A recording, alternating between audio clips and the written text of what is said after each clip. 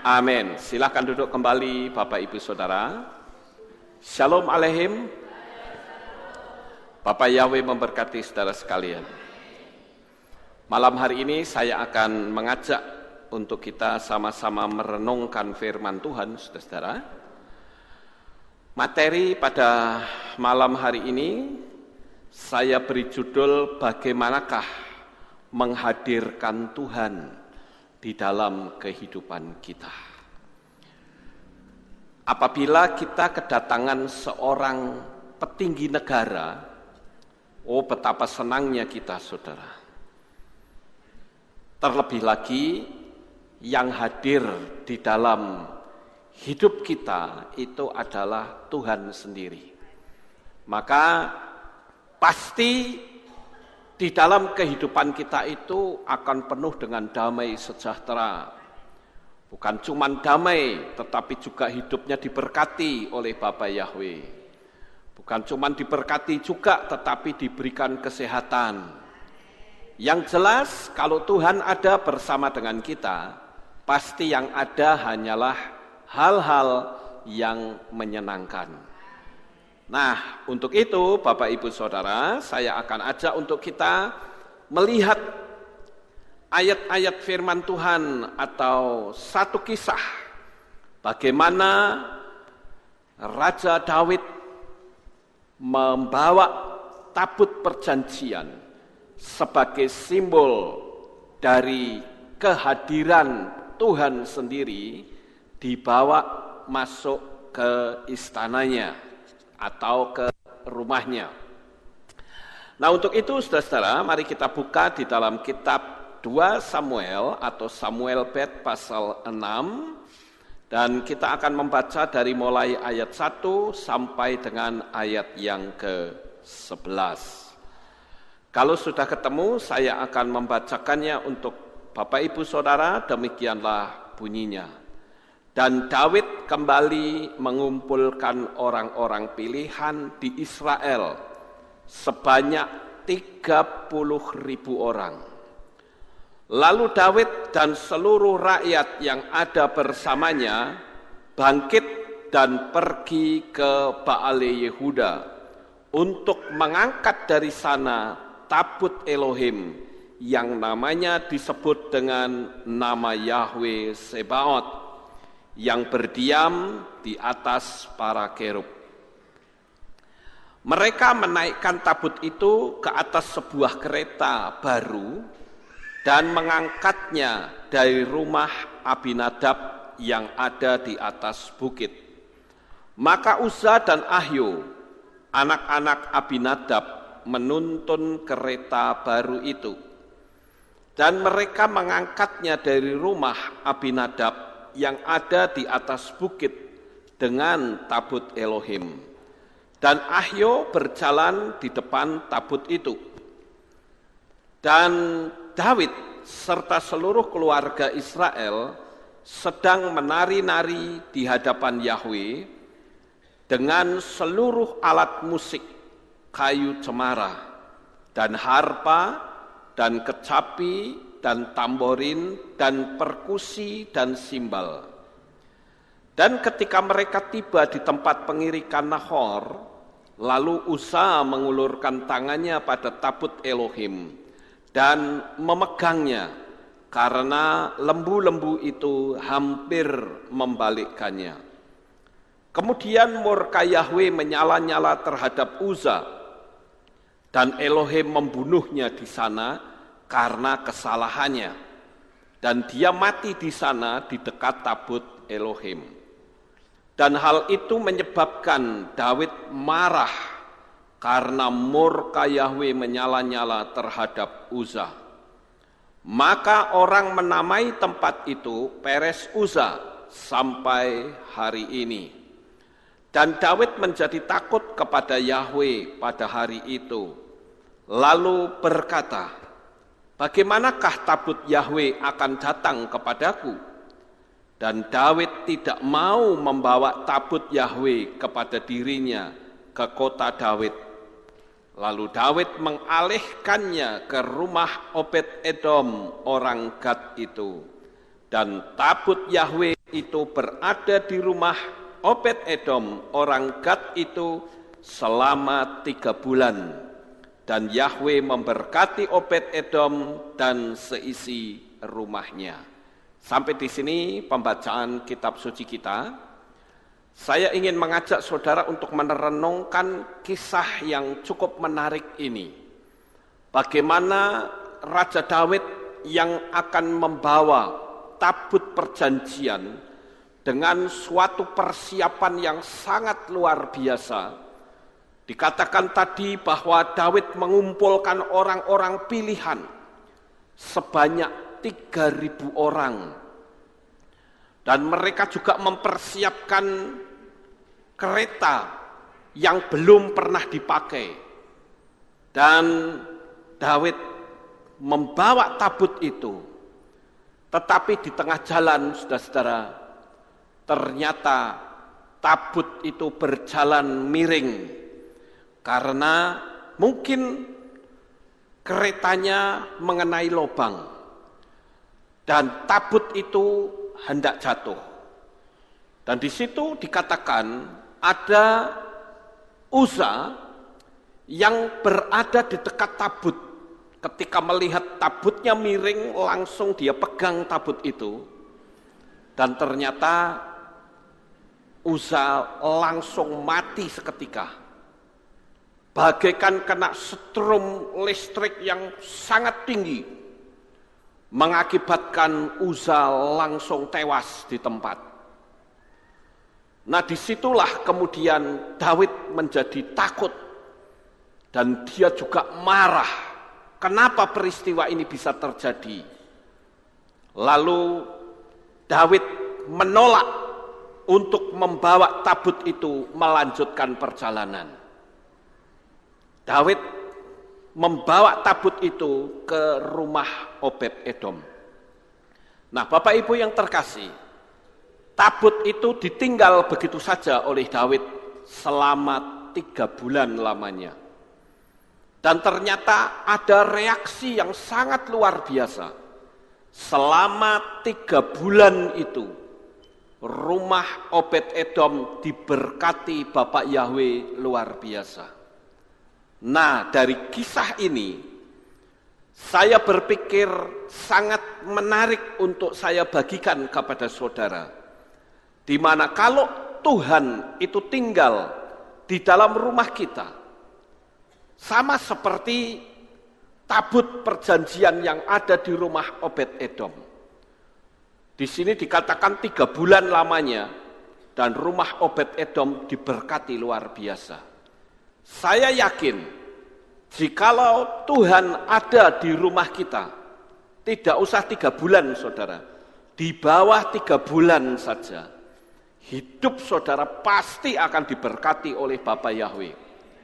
Dan kalau saya berbicara tentang berkat, itu tidak harus bicara tentang uang. Walaupun uang itu juga merupakan berkat. Tetapi ada banyak hal yang menyangkut tentang berkat. Anak kita tidak terlibat narkoba, itu juga berkat. Kita tidak mengalami kecelakaan atau tidak berurusan dengan hukum, itu juga berkat. Kita sehat, itu juga berkat. Hidup kita penuh dengan damai sejahtera, itu juga berkat. Jadi berkat itu mencakup banyak hal, saudara. Nah, untuk itu, saya ingin mengajak merenungkan kisah ini dengan membuat sebuah pertanyaan. Di mana letak kesalahan peristiwa ini sehingga memakan korban? Saudara bisa bayangkan, seolah-olah kita masuk dalam kisah itu. Kita ada di antara orang-orang ini. Melihat peristiwa yang seperti ini sangat mengerikan sekali, saudara. Ada orang bukan kecelakaan mobil, tetapi hanya masalah memegang tabut, kok sampai mati. Pingsan saja tidak, saudara, tapi langsung mati. Dan itu sangat menakutkan sekali, saudara. Nah, oleh karena itu, Bapak Ibu Saudara, kita akan cari tahu apa sih penyebab dari malapetaka ini. Saya yakin Tuhan izinkan kereta itu berjalan miring dan tabut itu tergeser sedikit mau jatuh. Saya yakin Tuhan izinkan peristiwa itu untuk mendidik orang-orang di situ, agar kalau menghadirkan Tuhan itu harus yang serius. Mungkin saudara akan bertanya, loh, bukankah mereka sudah serius? Daud saja kumpulkan 3.000 orang kok, dan itu bukan orang sembarangan, orang-orang pilihan. Kalau saudara lihat di ayat pertama, dia bahkan menari-nari dengan sekuat tenaga, pakai musik juga. Dan kalau saudara perhatikan alat-alat musiknya ini, saya bisa membayangkan kalau saya ada di situ, saya pun bisa ikut menari, saudara. Karena ramenya luar biasa. Tetapi, kok bisa malapetaka ini terjadi? Nah, sekarang saya akan tunjukkan kepada saudara beberapa kesalahan yang dilakukan oleh Daud pada saat dia membawa tabut untuk masuk ke rumahnya. Yang pertama adalah karena mereka meniru orang-orang kafir dalam mengangkat dewanya. Orang-orang kafir kalau mengangkat dewa-dewa mereka, mereka mengangkatnya itu menggunakan kereta, saudara. Nah, di sini ada satu kisah yang cukup menarik, yang layak untuk kita perbandingkan apa yang saya ucapkan tadi. Nah, di sini ada beberapa ayat. Sekali lagi, tabut perjanjian bagi orang Israel itu adalah kehadiran Tuhan, kehadiran Bapa Yahweh. Nah, sekali waktu Israel ini melakukan peperangan, saudara. Bagaimana caranya supaya peperangan itu dimenangkan oleh bangsa Israel? Kitab suci mengatakan mereka membawa tabut perjanjian ditaruh di tengah-tengah pertempuran. Dan kitab suci mengatakan bangsa Israel atau tentara Israel itu bersorak-sorak sampai bumi bergetar, katanya. Saudara bisa bayangkan seperti apa semangatnya itu. Dan mereka melakukan peperangan. Tetapi apa yang terjadi, saudara? Di dalam peperangan itu, rupa-rupanya tabut Yahweh dirampas. Dan orang Israel kalah perang. Mereka lari kocar-kacir dan tabutnya dirampas. Dan apa yang terjadi? Tabut itu dilecehkan oleh orang-orang kafir. Ditaruhnya tabut itu di sebelah patung Dagon. Dan kalau saudara melihat kisahnya ini di dalam kitab Samuel Alef pasal 5 ayat yang ketiga, ketika tabut itu ditaruh di kakinya Dagon, ternyata saat mereka bangun pagi, mereka menemukan bahwa patung Dagon itu sudah jatuh tertelungkup dan terbelah, saudara. Dan apa yang terjadi pada saat itulah, bukan saja patung Dagon yang hancur, tetapi seluruh daerah musuh diliputi oleh penyakit yang begitu mengerikan, yaitu borok-borok yang menguasai orang-orang yang ada pada saat itu. Kemudian mereka dicekam oleh rasa takut, saudara. Lalu apa yang terjadi? Ketika mereka dicekam rasa takut, akhirnya mereka bertanya kepada dukun yang ada di wilayah itu. Mereka tanya pada orang-orang pintar, dikatakan ini kok banyak penyakit seperti ini bagaimana? Lalu si dukun itu mengatakan, karena kamu membawa tabut, ada benda yang kamu bawa, dan itulah sumber malapetaka. Nah, di sini saya bisa mengambil kesimpulan, saudara.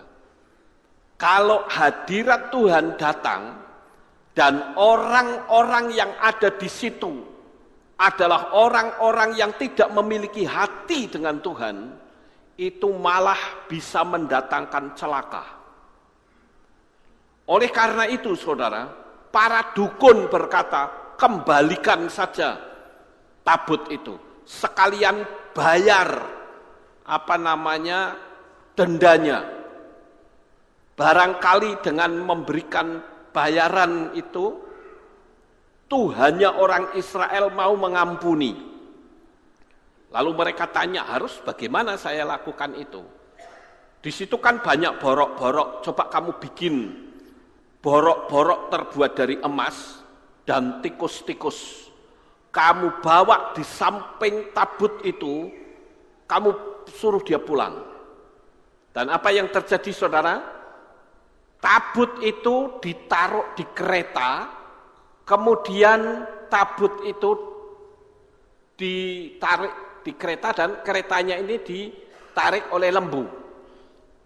Dukun-dukun itu berkata begini, coba kamu taruh itu benda. Nanti suruh lembu-lembu itu jalan sendiri. Nanti kamu akan tahu sumber malapetaka yang ada di sini itu dari mana datangnya.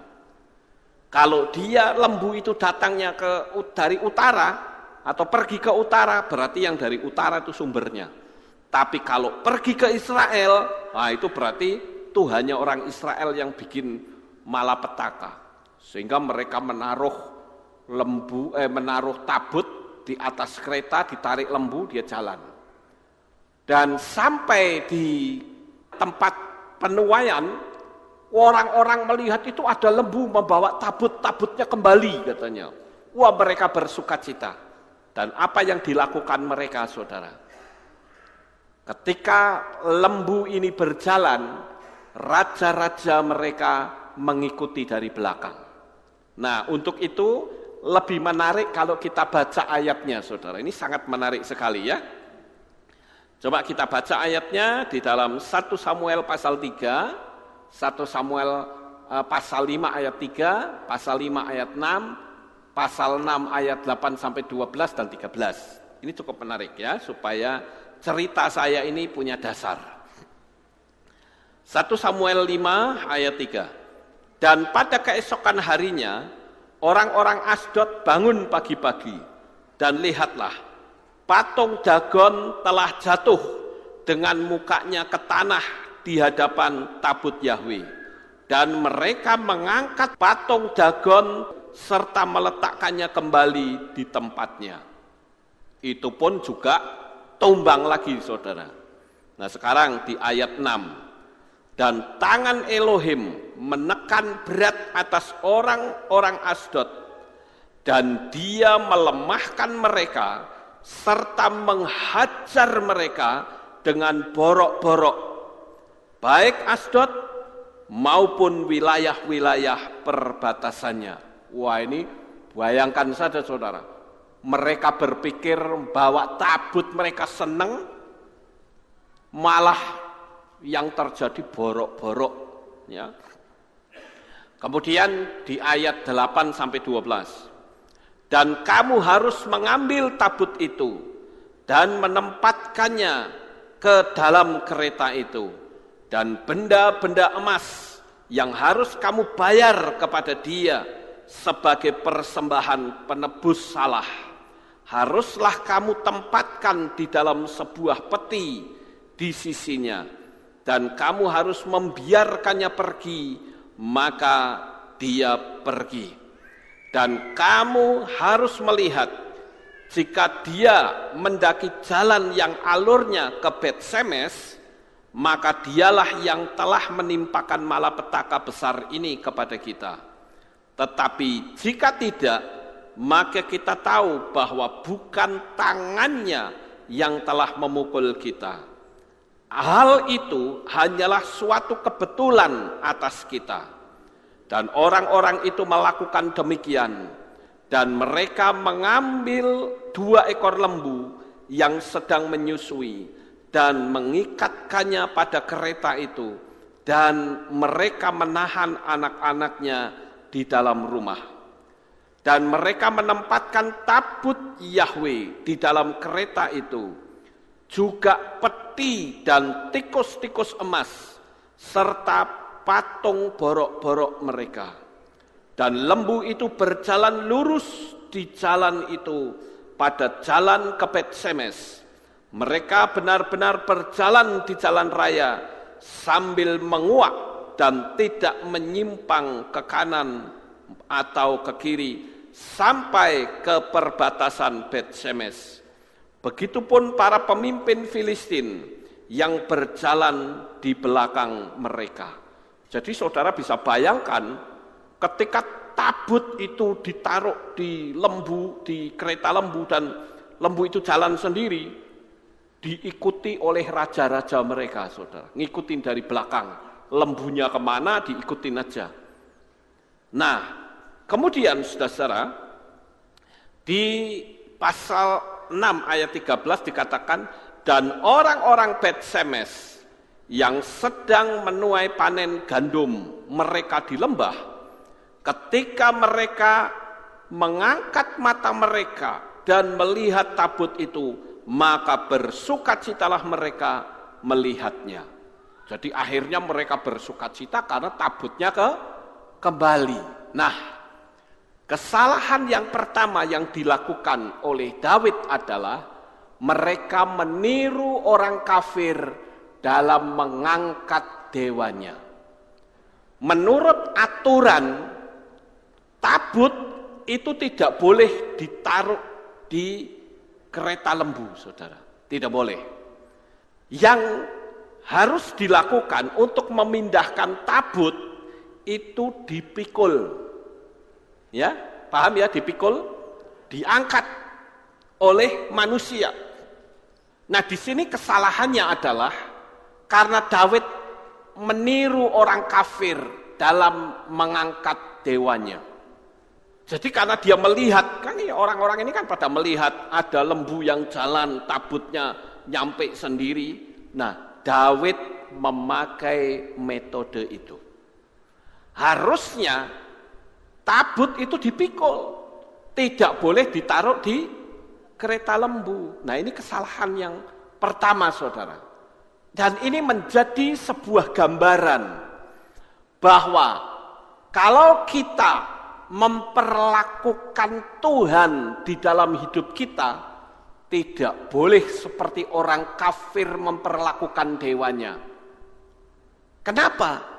Karena orang-orang kafir ketika mereka memiliki dewa-dewa, mereka menyanjung dewa-dewa mereka hanya karena ingin hidupnya diberkati. Bukan dengan hati yang tulus, memang dia ingin memberikan sesuatu, tetapi ingin mendapatkan timbal balik. Jadi saudara-saudara, ketika kita datang menghadap Bapak Yahwe seperti kita sekarang bersama-sama beribadah, jangan pernah ada pikiran kita, Tuhan kamu mau kasih apa untuk saya? Nggak usah ngomong begitu. Yang penting ketika kita datang menyembah Tuhan dengan hati yang tulus, nggak usah diminta, dia pasti akan memberkati kita, saudara. Jadi kita mulai diajarkan oleh Tuhan agar kita datang kepada Tuhan dengan hati yang tulus. Ini saatnya kita memberi untuk Tuhan, saudara. Karena seringkali saya melihat atau menemukan orang yang berkata, aku di Kehilat ini kok tidak mendapat apa-apa. Loh, emang saudara pingin dapat apa sih? Ayo. Kalau orang bilang, aku kok ibadah nggak dapat apa-apa. Pertanyaannya, Anda pingin mendapat apa di saat ibadah? Bukankah saat ibadah itu seharusnya kita memberi sesuatu untuk Tuhan? Bukan kita mendapat apa-apa dari Tuhan. Mendapat apa-apa itu nanti, urusan nanti. Tapi ketika kita datang dengan hati yang tulus, dengan hati yang sungguh-sungguh, maka Bapak Yahweh pasti akan memberkati kehidupan saudara. Nah, kita naik satu level, saudara. Satu level lebih tinggi dari pola orang di luar sana. Jadi orang di luar sana kalau datang kepada Tuhannya atau dewanya, mereka datang dengan rasa takut yang amat sangat. Tetapi kita datang kepada Tuhan itu dengan penuh hormat karena kita mengasihi Dia, terlebih lagi kita sudah diselamatkan oleh Yeshua HaMashiach. Sampai di sini saudara bisa ikuti saya? Ini kesalahan pertama yang dilakukan oleh Daud. Sekarang kita melihat kesalahan yang kedua, saudara. Dari kasus ini, maka saya bisa mengambil kesimpulan. Banyaknya orang bukan berarti Tuhan sependapat dengan mereka. Kalau saudara melihat di ayat 1 tadi, Daud mempersiapkan 3.000 orang pilihan, saudara. Jadi jangan berpikir banyaknya orang itu mesti benar, belum tentu, saudara. Kenapa saya berani mengambil sikap? Saya tidak urusan gereja-gereja mau terima apa tidak, emang gua pikirin. Saya hanya berurusan, saya mau menerapkan firman Tuhan ini dan membagikannya kepada jemaat. Kebenaran harus disampaikan. Sekalipun kehilat kita adalah kehilat yang paling berbeda di kota Magelang ini. Satu-satunya kehilat yang berbeda. Karena kita tidak menyembah sesembahan orang lain, kita memuliakan Tuhan, dan kita menjadi pelaku-pelaku Torah. Nah, banyak yang salah jalan, tetapi merasa tenang karena banyak teman yang sama-sama salah. Beranilah untuk menjadi benar, walaupun sendirian. Orang ini senangnya rame-rame, saudara. Dan apalagi kalau sudah dengar ancaman-ancaman. Ini mayoritas orang begitu, saudara. Begitu dengar ancaman, kalau kamu begini nanti begitu. Diancam, awas nanti keluargamu begini. Kita tidak boleh takut ancaman. Selama kita ada pada jalur yang benar, Tuhanlah yang akan menjadi pembela atas hidup kita. Ya, jadi kita sebagai anak-anak Tuhan kita tahu, kalau kita memilih sesuatu, apakah itu memilih iman, apakah kita memilih pilihan pemerintahan, kita harus ngerti dari hati nurani. Kita pilih orang yang baik. Kita menyembah juga harus menyembah kepada Tuhan yang benar. Kalau diancam bagaimana? Jangan takut. Saya dari dulu kalau dapat ancaman selalu saya bilang gini, oh kamu ngancam. Kalau saya milih yang ini, kamu bagaimana? Oh kalau kamu pilih ini, kamu akan saya beginikan. Oh gitu toh. Saya tak milih ini. Kalau you mau lakukan sekarang, tidak usah lakukan reko. Ya. Jadi kita jangan takut dengan ancaman. Selama kita yakini ini sebuah kebenaran, kita harus terapkan, saudara. Amin. Nah, kalau kita ada dalam kebenaran, maka kebenaran itu sendiri yang akan menjadi pembela dalam hidup kita. Saat pertama kali saya memanggil nama Bapak Yahweh, emangnya enggak ada ancaman? Ada ancaman. Tapi saya bersyukur latar belakang saya inilah yang membuat saya berani menerobos setiap ancaman. Mungkin kalau saya tidak pernah hidup dalam dunia kekerasan, saya menjadi orang-orang yang takut. Seperti model teman-teman saya yang ketika mendapat ancaman langsung ketakutan luar biasa. Jadi rupa-rupanya latar belakang buruk itu juga ada manfaatnya, saudara. Jadi yang penting kita kan tidak hidup di dalam keburukan. Kita hidup di dalam kebenaran. Tetapi arahnya itu berbeda. Ya. Kalau misalnya kita dahulunya adalah orang yang tukang telepon gendong. Tahu telepon gendong? Tukang gosip, saudara. Itu buruk atau baik? Buruk toh. Nah, kalau bertobat, itu telepon gendong itu tidak hilang, saudara. Jangan saudara pikir hilang, enggak hilang. Mental telepon gendongnya masih ada. Cuman arah pembicaraan yang berbeda. Kalau orang yang belum bertobat itu omongannya enggak enak, orang yang belum bertobat itu selalu jelek-jelekin orang, tapi kalau dia bertobat, yang diberitakan kedahsyatan Bapak Yahweh. Yang diberitakan kasihnya Bapak Yahweh.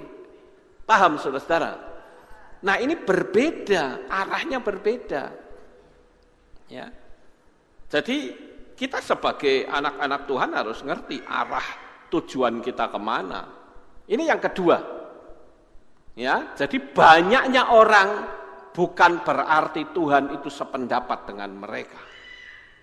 Sekarang yang ketiga, ramainya dan rapinya suasana prosesi membawa tabut juga bukan suatu jaminan perkenanan di hadapan Tuhan.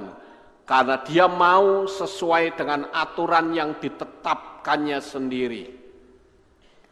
Tuhan itu ingin kita sejalan dengan aturannya dia. Kadangkala saudara, aturan-aturan organisasi atau aturan-aturan yang nampaknya rapi itu justru menjadi penghambat manusia itu dekat dengan Tuhan. Pernah sekali waktu ada seseorang gembala yang saya tahbiskan menjadi gembala KPI. Nah rupa-rupanya saya di SMS oleh seseorang, dia katakan, "Kok bukankah orang ini dulunya adalah gembala dari jemaat itu?" Saya bilang saya tidak tahu. Apa tidak lebih baik kalau Lukas itu nemui gembalanya? Oh ya, kenapa saya harus nemui gembalanya? Ya setidak-tidaknya meminta izin atau apa. Saya bilang tidak. Saya berjalan sesuai dengan koridor yang ada. Dia tidak bermasalah, kami sudah lihat surat-suratnya, semua sudah oke, jalan. Nampaknya enggak pakai aturan, nampaknya saudara. Tapi yang saya pikirkan adalah pokoknya pekerjaan Tuhan itu jalan. Itu prinsip saudara. Jadi misalnya keliru-keliru sedikit di dalam sebuah organisasi, itu tidak usah dipermasalahkan. Nanti terlalu rapi, akhirnya apa? Jalannya pekerjaan Tuhan jadi tersendat-sendat. Birokrasinya terlalu berbelit-belit.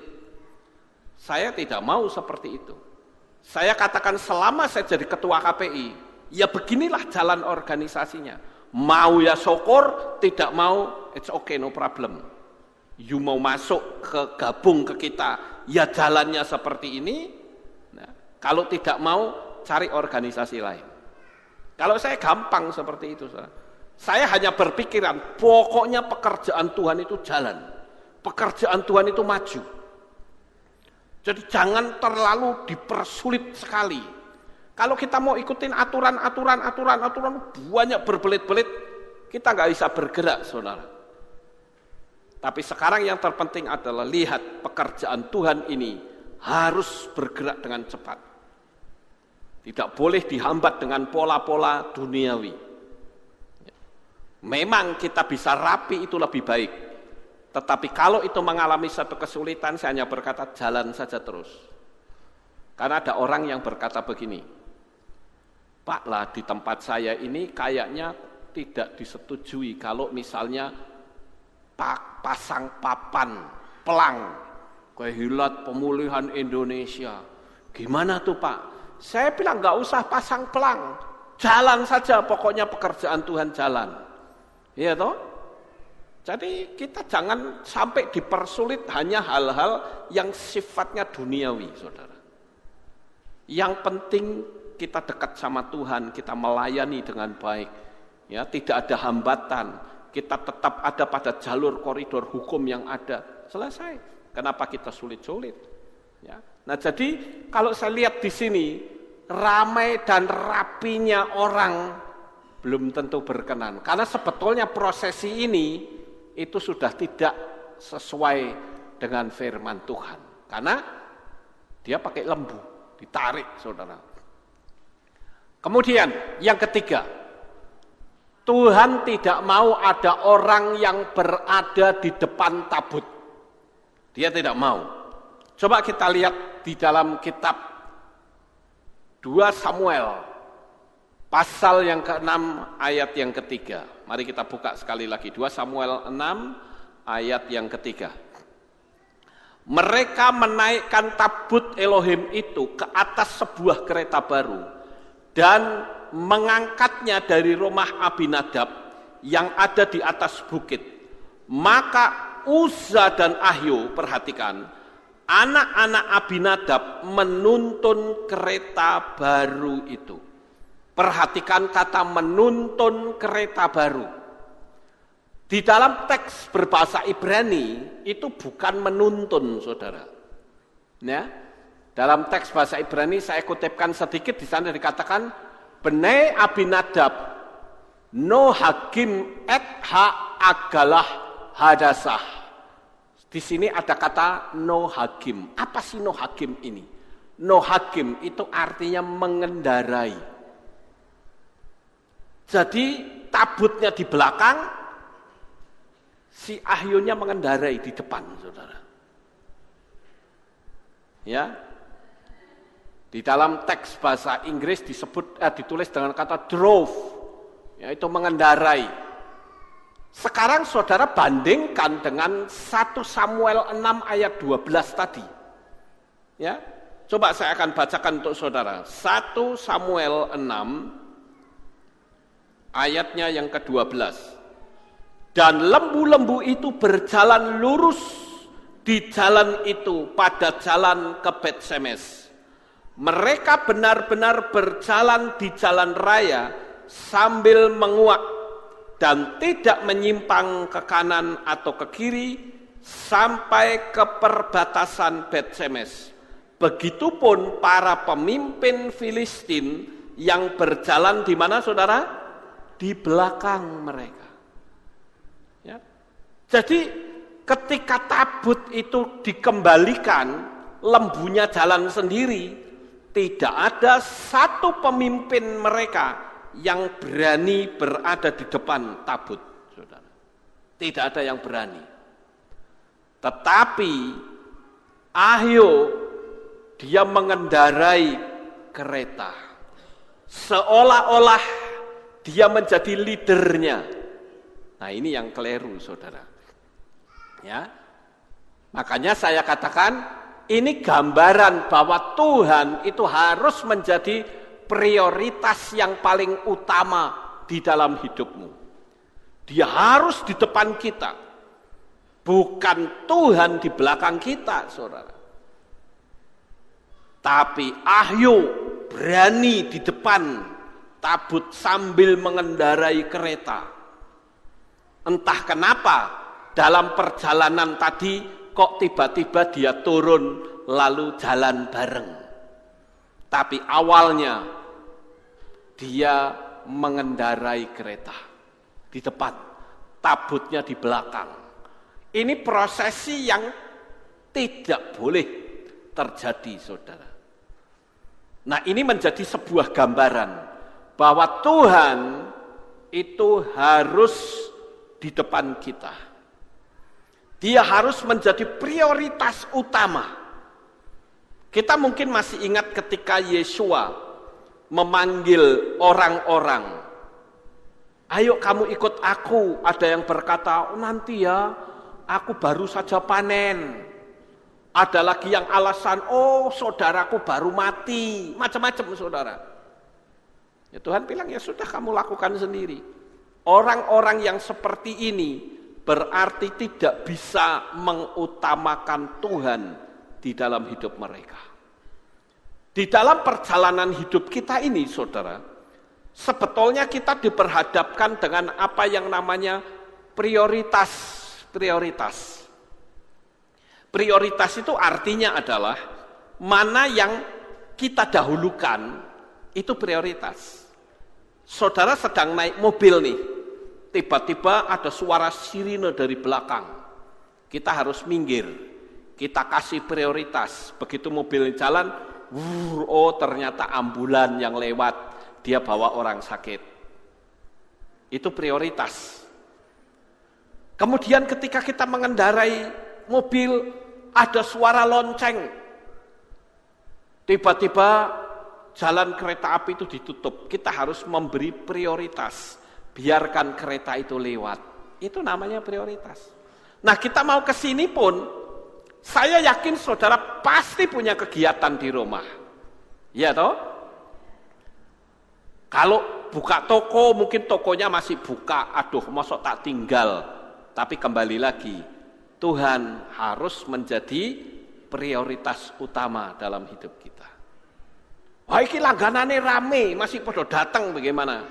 Ya terserah, kamu mau memprioritaskan Tuhan atau memprioritaskan pekerjaan. Tuhan mau ditaruh di depan atau ditaruh di belakang.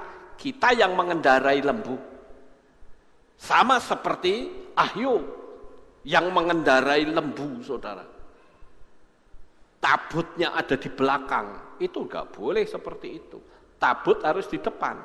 Kalau mau di depan ada orang, menurut prosesinya, yang di depan sendiri itu adalah imam-imam yang diurapi. Nah ini kita bisa mencoba untuk mempertanyakan dalam hidup kita. Apakah betul selama ini saya bisa memprioritaskan Tuhan di dalam hidup saya? Kalau engkau bisa memprioritaskan Tuhan, Tuhan dihadirkan dalam kehidupan rumah tanggamu, dia pasti mau hadir, saudara. Tapi kalau Tuhan dijadikan ban serep, ya tidak mau. Dijadikan seperti jin lampu wasiat. Ketika butuh lampu wasiatnya digosok, nanti jinnya keluar lalu tanya, mau apa engkau daripadaku Tuhan? Seolah-olah apa? Jinnya itu adalah budaknya kita. Nah kalau itu diterapkan kepada Tuhan, nggak bisa, saudara. Kita mengakui dia itu raja di atas segala raja kok. Jadi kalau kita mau menghadirkan Tuhan, persiapkan hati terlebih dahulu.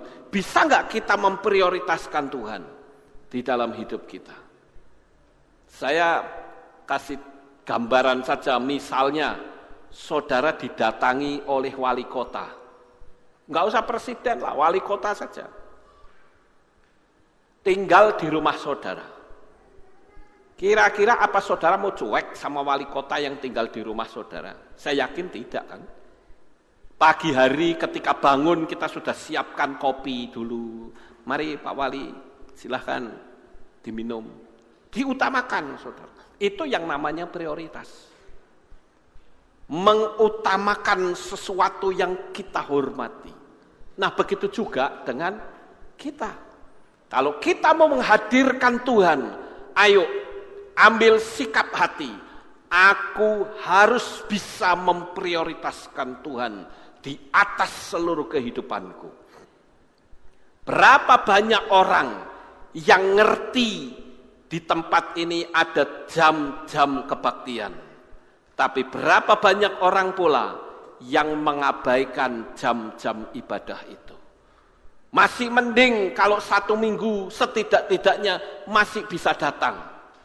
Tetapi ada orang yang datang cuma hanya sebulan sekali.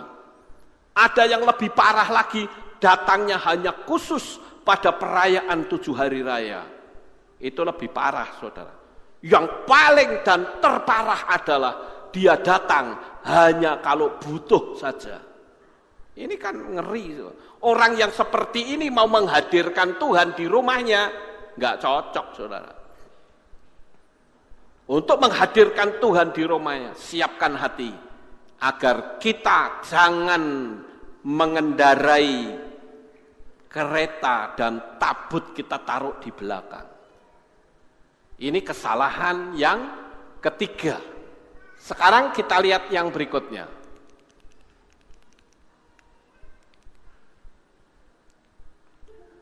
Yang keempat, saudara, perhatikan di dalam kitab 2 Samuel 6, ayat 6 dan ayat yang ke-7. Saya akan bacakan untuk saudara.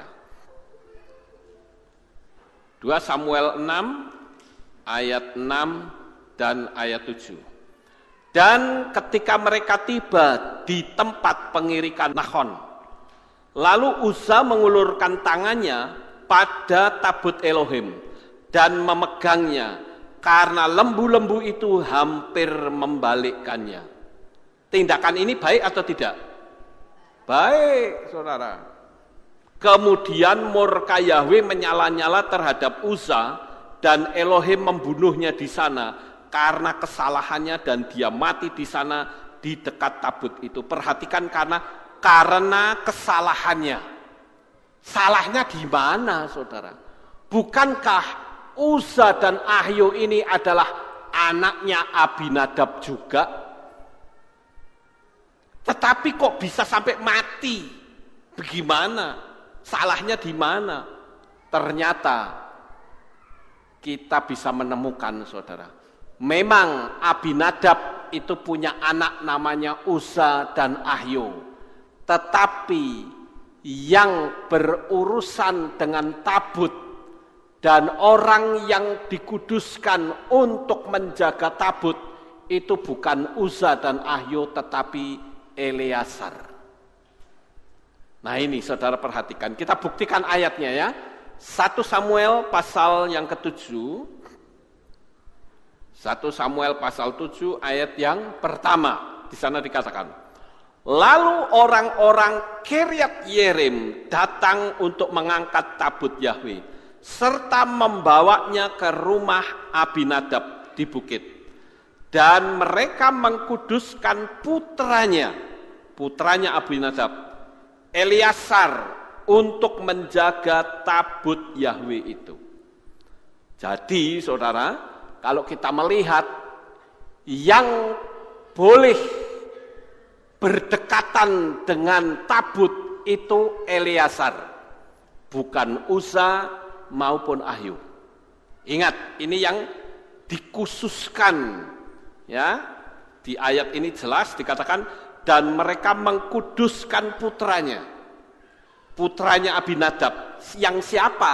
Yang Eleazar, untuk menjaga tabut. Jadi kalau begitu Uza dan Ahio dikuduskan atau tidak? Tidak.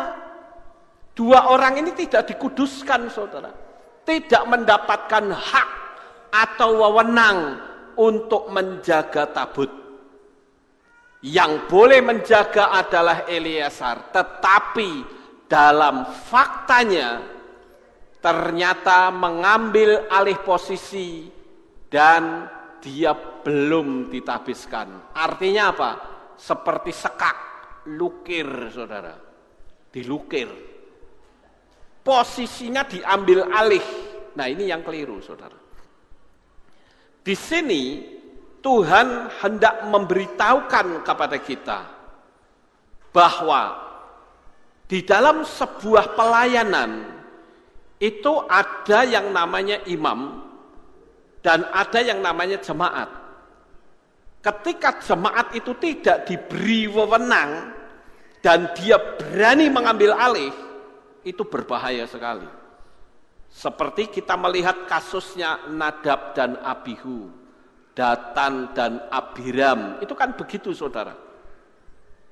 Mereka bikin api asing, mereka berkata, emang cuman Musa yang bisa seperti itu, aku juga bisa.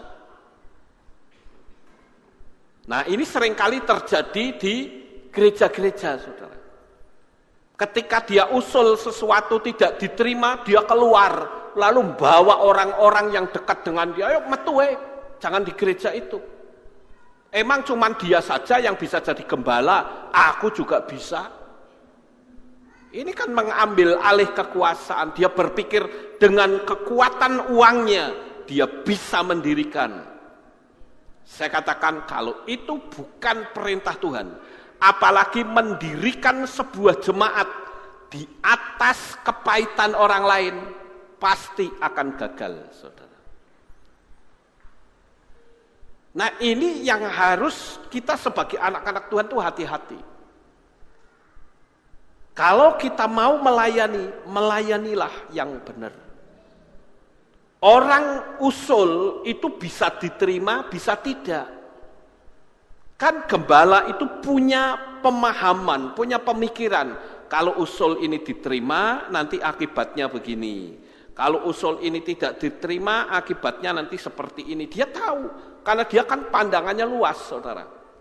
Karena memonitor semua orang. Sedangkan si pemberi usulan itu kan hanya pandangan yang pendek, saudara. Beberapa waktu yang lalu sempat ada orang yang memberi usul begini. Bagaimana kalau ibadah kita tidak usah nganggo Ibrani-Ibraninan katanya. Aku angel nyanyinya. Saya bilang, apa kita mau kembali lagi saja jadi orang Kristen umumnya? Mau saudara kembali ke Kristen umum gitu? Saya pun juga tidak mau. Gitu. Jadi saya katakan format kita seperti ini. Anda kaget karena Anda lama tidak ibadah. Begitu Anda datang dia bingung kok jadi berubah semua. Ya karena kamu nggak pernah datang. Begitu datang kebingungan. Lalu ngasih usul bagaimana kalau kembali lagi. Ayo ketinggalan saudara. Masa kita mau mundur lagi? Ya tidak bisa, formatnya seperti ini. Mau datang ya syukur, dilanjut, tidak mau datang ya sudah bagaimana lagi. Di sini semua sudah berubah. Baptisannya juga harus diperbaharui. Ya kan? Puji-pujiannya saja sudah mulai campuran, ada Ibraninya. Doanya saja sudah menggunakan bahasa Ibrani, doa penutupnya. Kemudian pakai talit, pakai kepa. Lah orang yang tidak pernah datang kaget, loh kok berubah kabeh? Lah kamu kemana saja? Kok tidur? Ya, nggak lihat perkembangan. Ya kalau sudah ketinggalan jauh ya jangan kami ditarik lagi mundur, nggak bisa. Ya, nah ini kan penting saudara. Kita sebagai anak-anak Tuhan kita harus terus bergerak maju. Karena kalau kita mati, kita pengen masuk ke Syamayim juga yang nomor 1, betul ya? Nah ini. Jadi kita harus sungguh-sungguh bergerak terus saudara. Nah sekarang kita lanjut saudara. Inilah sebenarnya tujuan utama pemindahan tabut. Ketika Daud itu tidak bisa menerima karena tabutnya bikin celaka, ini saya pikir Daud ini juga nggak bertanggung jawab saudara ya. Mentang-mentang dia raja, mungkin kalau saya bayangin gini, udah tabut tidak bisa kita bawa pulang. Taruh di rumahnya Obed Edom saja. Bet, kamu taruh tabut ya. Nah yang nyuruh rojo ya nurut saudara. Oh ya silahkan, bawa masuk ke rumah saya. Dan apa yang terjadi? Rumahnya Obed Edom selama 3 bulan diberkati Bapa Yahweh luar biasa. Dan berita ini kedengaran oleh Daud, saudara. Mungkin ada orang yang ngomong gini, Raja Daud, kamu dengar gak? Rumahnya Obed Edom sekarang luar biasa hidupnya diberkati. Si Daud kaget, apa? Diberkati? Kok iso? Yaitu gara-gara ada tabut di sana. Loh, dulu tabut ini bikin celaka. Loh sekarang kok malah yang ada di sana diberkati. Wes nek go balik. Didatangi lagi. So, ini kan orang gimana ya? Go menang karepe dhewe gitu loh. Nah, kadangkala kita kan seperti Daud kan, Saudara. Pokoknya kalau aku pengin tidak peduli orang lain itu susah, tarik saja. Nah, itu tidak boleh seperti itu. Ini ciri khasnya begini nih, ya. Berkat Yahweh turun atas seluruh rumah Obed-Edom sekalipun cuma 3 bulan, saudara. Dan saya percaya, hadirkanlah Bapa Yahweh di dalam kehidupan rumah tangga saudara, maka hidup saudara akan diberkati luar biasa. Bahkan sebelum 3 bulan, engkau sudah melihat banyak perkara-perkara ajaib yang terjadi dalam hidup saudara. Haleluya. Nah, kemudian kisah ini saya lanjut, saudara. Saya tidak akan berhenti di sini sampai tuntas kita.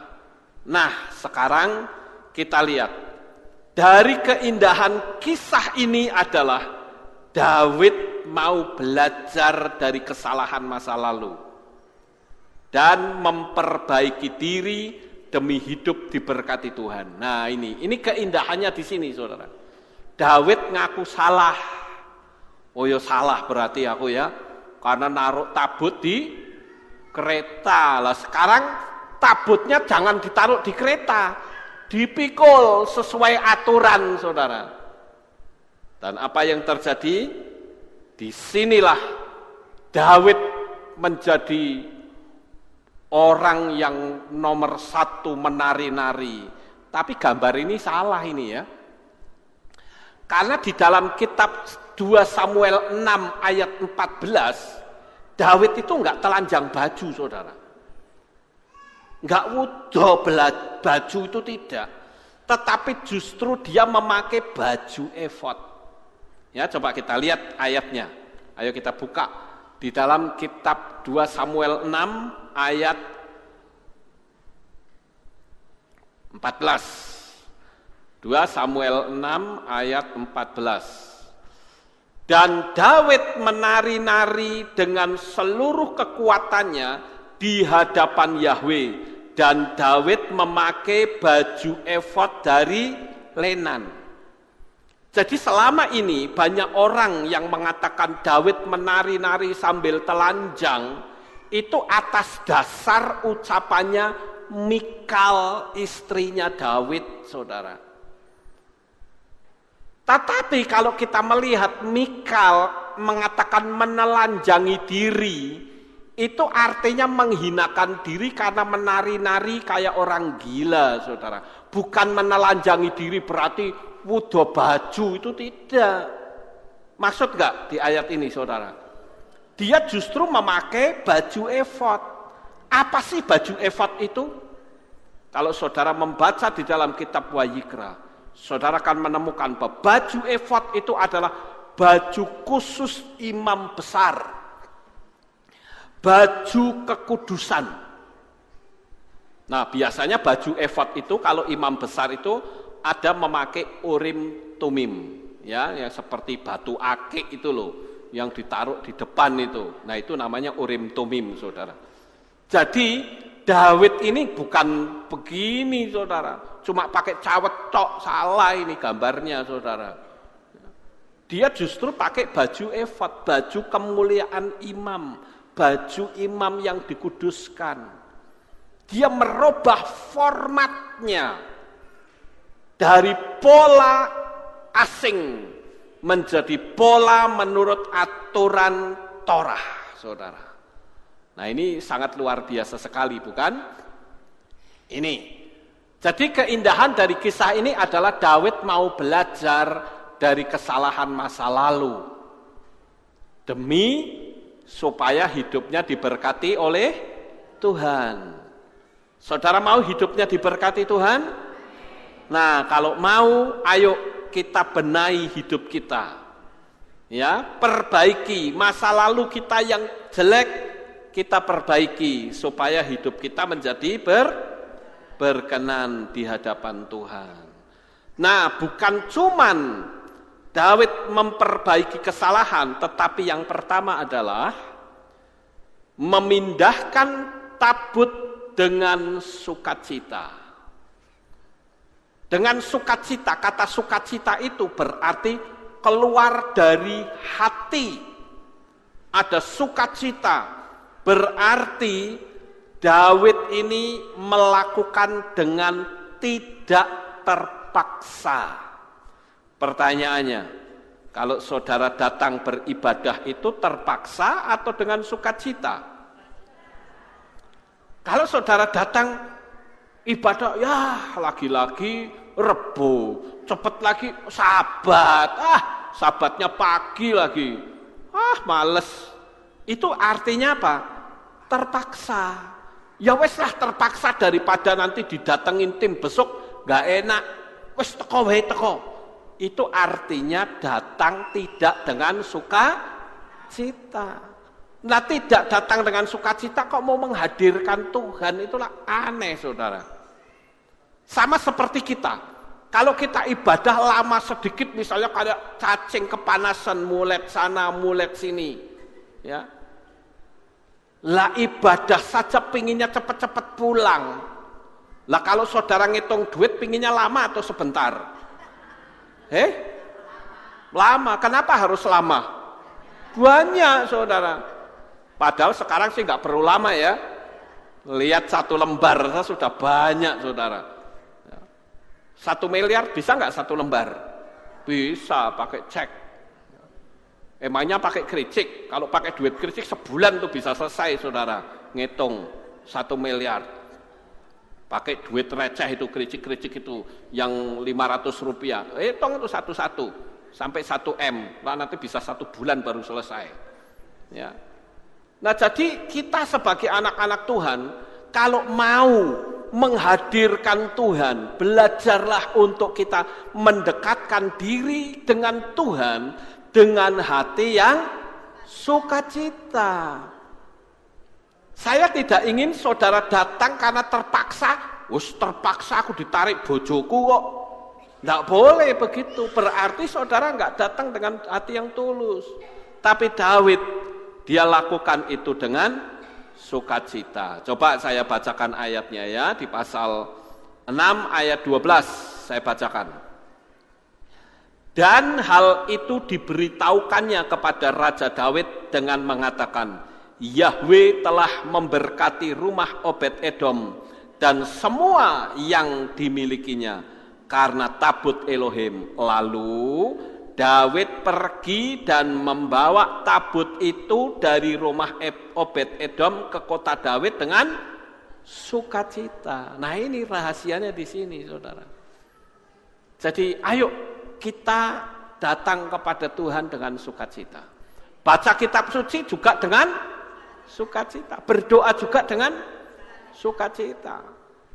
Ya, pelayanan juga dengan sukacita. Jangan melayani enggak sukacita.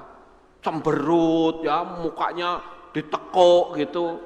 Kalau orang pelayanan mukanya ditekuk, kamu enggak usah pelayanan dah. Minggir dulu, nanti nek sudah wajahmu cerah baru melayani. Ini berarti kamu masih ada masalah. Ini enggak bisa pelayanan begitu, saudara. Kita harus dengan sukacita. Kemudian yang berikutnya, wah ini yang lebih ekstrim, saudara. Ini ekstrim ya. Berani mengorbankan harta demi hadirnya Tuhan dalam rumahnya. Kenapa saya katakan ekstrim?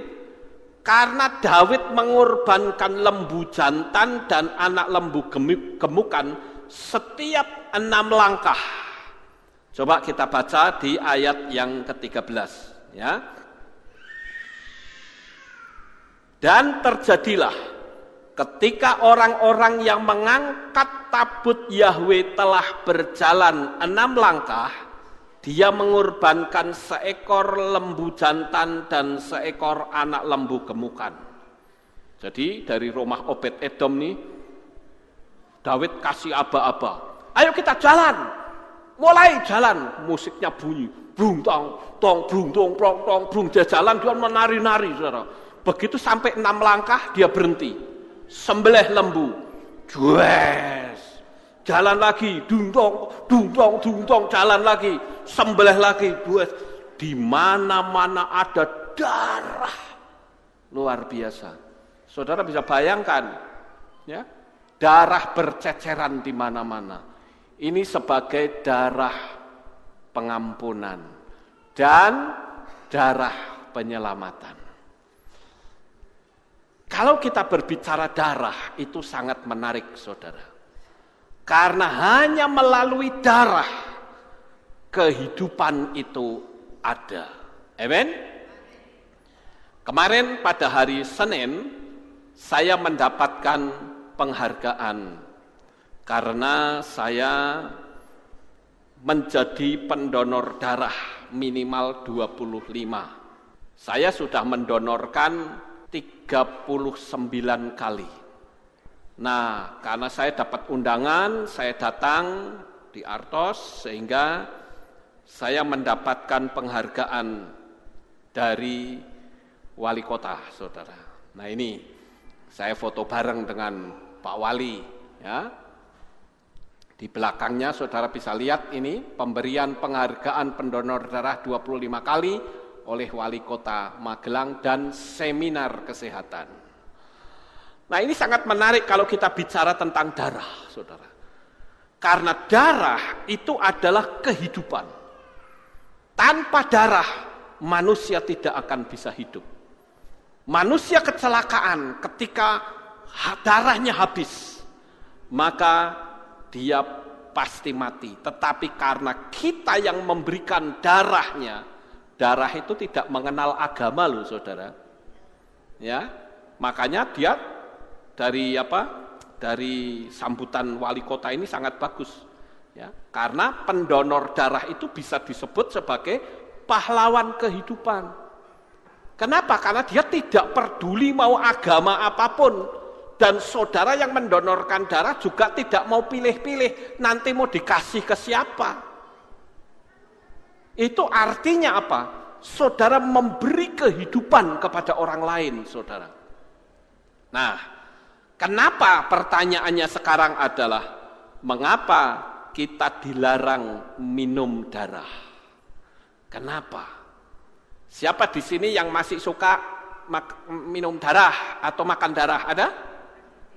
Ada nggak? Oh nggak ada ya, puji Tuhan, saudara. Berarti saudara sudah makan dengan pola torah, bagus, ya. Tapi ada orang-orang yang masih seneng makan darah, saudara. Mungkin saudara berkata, darah kok makan? Iya, karena darah itu dijarangi. Kan jadi mengeras tuh. Yang namanya apa di Magelang? Kalau di tempat saya itu didih, saudara. Apa? Oh, saren di sini namanya ya. Kalau di tempat saya itu didih, saudara.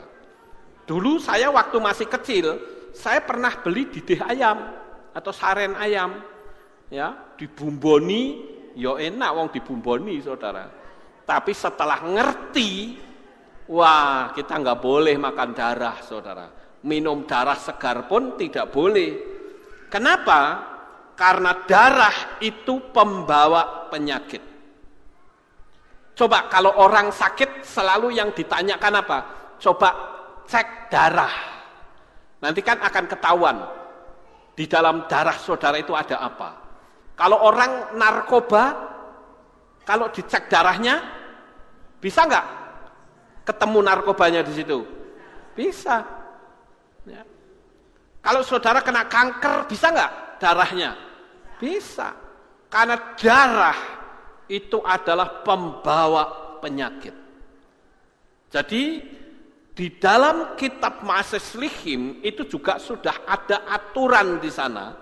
Saya bacakan, saudara, kitab Maaseslihim atau Kisah Para Rasul, pasal yang ke-21, ayat yang ke-25. Di sana dikatakan, namun mengenai bangsa-bangsa lain yang telah menjadi percaya. Bangsa-bangsa lain itu berarti orang goim yang menjadi percaya. Kami telah menulis surat dengan memutuskan bahwa mereka tidak lagi meneliti apapun yang seperti ini. Selain mereka menjaga diri baik dari persembahan berhala maupun darah, maupun binatang yang mati dicekik, dan dari percabulan. Percabulan yang disebut di sini adalah binatang yang sudah disetubui oleh manusia. Itu tidak boleh, saudara. Jadi minum darah itu tidak boleh. Tetapi kalau saya melihat di belahan bumi Indonesia tercinta ini, masih ada orang yang makan darah, saudara. Ini kan ada anjing yang mati dibakar hidup-hidup, saudara. Diobong gitu loh. Yang orang Magelang nyebutnya apa? RW ya, bukan? RW ya. RW itu singkatan apa sih? Apa? Ya wes pokoknya Raja Waung ya. Raja Waung katanya. Rica-rica. Lawenya apa? Nah iya, bodoh. Ya rica-rica Waung. Ini caranya kan begini. Anjingnya dibakar hidup-hidup, kompor hidup-hidup. Ya. Ada yang pakai pola ditaleni, dimasuk ke karung, digebuki, saudara. Ada yang pakai cara begitu. Ya.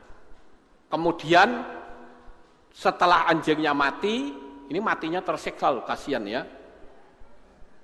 Kemudian dijual di pasar. Nah ini anjing yang sudah mateng ini, ya dijual di pasar.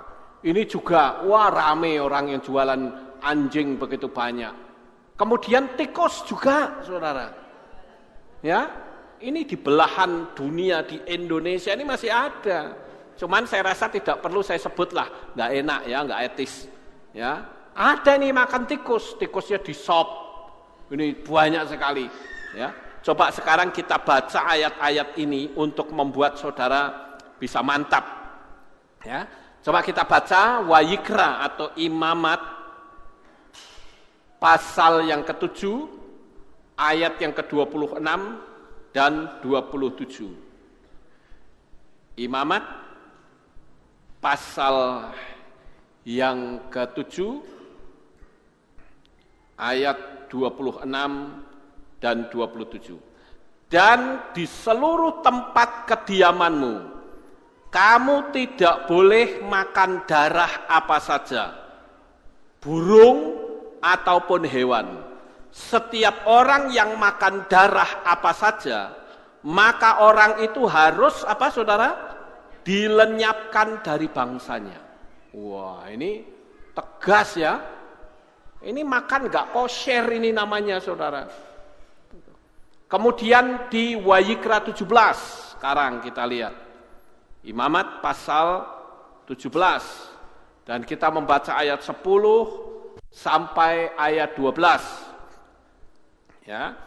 Dan setiap orang dari keluarga Israel dan dari pengembara yang menumpang di tengah-tengah kamu, yang makan segala jenis darah, maka aku akan menghadapkan wajahku kepada jiwa yang memakan darah itu, dan aku akan melenyapkan dia dari tengah-tengah bangsanya, sebab kehidupan tubuh ada di dalam darah, dan aku telah memberikan darahnya kepadamu di atas mezbah itu untuk mengadakan penebusan bagi kehidupanmu, sebab darah itulah yang mengadakan penebusan bagi kehidupan.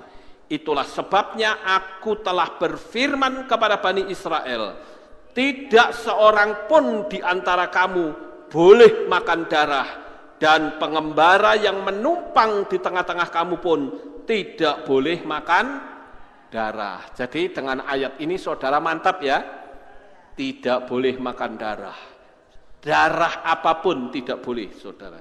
Nah sekarang kita lihat di ayat yang terakhir, Yesaya 66. Yesaya 66 ayat 17.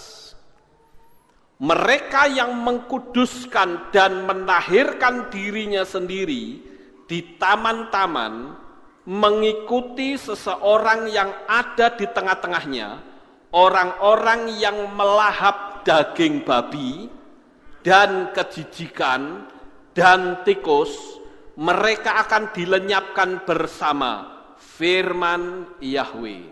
Jadi babi boleh dimakan atau tidak? Tidak. Siapa di sini yang masih makan babi? Ada? Ada nggak yang masih makan babi?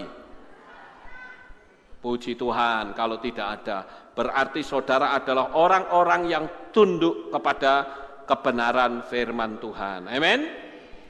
Ya, jadi kita tidak bolehlah makan-makan seperti itu ya. Kita punya aturan makan supaya kita sehat. Ada orang yang berkata, oh nggak apa-apa makan sedikit-sedikit. Kok makan sedikit-sedikit nggak apa-apa ya? Emang ada ayatnya makan sedikit-sedikit nggak apa-apa? Nggak ada tuh ayatnya, saudara. Jangan sampai saudara dipaksa oleh dokter. Lebih baik saudara tunduk pada firman Tuhan. Amin. Ya, jadi kita harus belajar untuk makan yang dikuduskan. Tujuannya juga baik kok untuk kita. Betul tidak, saudara? Baik tujuannya. Nah, sekarang kita lihat yang berikutnya. 6 fungsi darah. Apa sih fungsi darah kok kita sampai nggak boleh makan? Kalau kita melihat fungsi darah itu ada 6, saudara. Yang pertama adalah menyalurkan sari makanan. Yang kedua mengangkut oksigen. Yang ketiga mengedarkan hormon. Yang keempat membawa sisa oksidasi sel tubuh. Yang kelima, menyerang kuman atau bakteri yang masuk ke dalam tubuh. Yang keenam, menyembuhkan luka. Ini adalah fungsi darah. Saya tentu tidak akan menerangkan ini karena ini tugasnya dokter yang menerangkan. Saya menerangkan dari sisi kerohanian bahwa darah itu tidak boleh dimakan. Karena darah adalah kehidupan. Nah, saya menyinggung darah ini karena tadi Daud menyembelih lembu dan anak lembu gemukan setiap 6 langkah. Jadi saudara bisa melihat langkah-langkah mereka, orang yang ada di belakangnya, pasti akan terkena darah. Langkah-langkah yang berdarah itulah yang membuat perjalanan mereka membawa tabut aman sampai di rumah Raja Daud, saudara. Ini menjadi sebuah gambaran. Darah Yeshua HaMasyiah lah yang mengamankan kehidupan kita selama kita ada di dalam dunia ini. Kita tidak usah takut. Mati kapanpun kita pasti selamat, saudara. Karena darah Yeshua HaMasyiah. Tapi juga tentunya kita harus menjadi pelaku-pelaku firman. Nah, sekarang saya mikir, saudara, kenapa ya kok setiap 6 langkah kemudian di langkah yang ke-7 mereka menyembelih? Kenapa harus 6, saudara? Kenapa kok tidak 8 atau 10 saja ben cepet-cepet sampai? Kenapa kok 6? Kenapa kok harus ada darah?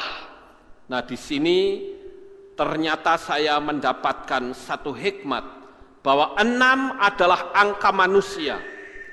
Jadi setiap munculnya kedagingan kita, maka lihat dan ingatlah akan korban darah Yeshua HaMasyiah. 6 adalah angka manusia. Kenapa? Karena manusia diciptakan pada hari yang ke-6. Nah, ini diciptakan hari yang ke-6. Jadi 6 adalah angka manusia. Jadi ini bicara tentang angka kedagingan. Melalui pengorbanan darah itu kita diingatkan kalau perbuatan kita itu mau melakukan perbuatan kedagingan. Misalnya kita mau melakukan sesuatu yang sifatnya kedagingan, kita jadi ingat, wah nggak boleh. Kita harus ingat akan darahnya Yeshua HaMasyiah. Dia korban untuk kita demi keselamatan kita. Amin. Itu ada simbolnya, saudara. Ketika kedagingan kita muncul, ingat saja, aku tidak boleh kedagingan. Karena kalau kedagingan, kita bisa binasa.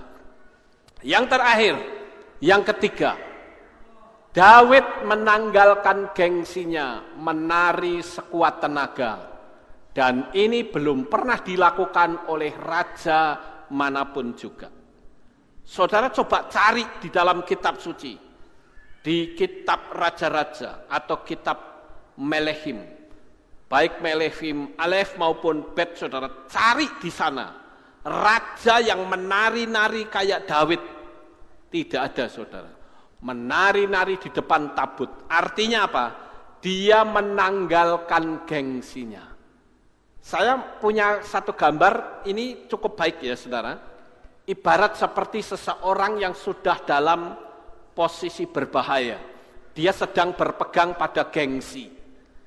Nah, tinggal dia pilih. Dia tetap pegang gengsi, tangan satunya pasti akan jatuh, tidak kuat. Untuk bisa selamat, lepaskan gengsi, raih tangan yang ada di atas. Pasti akan selamat, saudara. Nah, coba berapa banyak kita yang kadangkala untuk Tuhan saja gengsi, saudara. Contoh yang gampang lah, kalau disuruh pemimpin pujian ya, leadernya, ayo kita nari. Berapa banyak yang kita bisa menari, saudara. Disuruh nari kok cuman keplok. Ini kan perintahnya nari, saudara. Kenapa? Aku izin nariku ndak bagus. Saya lebih-lebih, saudara. Istri saya pernah ngomong, papi nari kakune ora karuan. Ya ndak apa-apa, yang penting saya menari sak bisone, saudara. Ya toh? Yang penting Tuhan itu senang. Amin. Tanggalkan gengsi, saudara. Kalau saudara mau ketemu Tuhan, saudara mau undang Tuhan dalam hidup saudara, tanggalkan gengsi, saudara. Dan saya percaya Tuhan betul-betul hadir dalam kehidupan saudara, dan saudara akan makin diberkati sangat luar biasa. Sukses besar untuk saudara. Bapak Yahweh memberkati. Haleluya.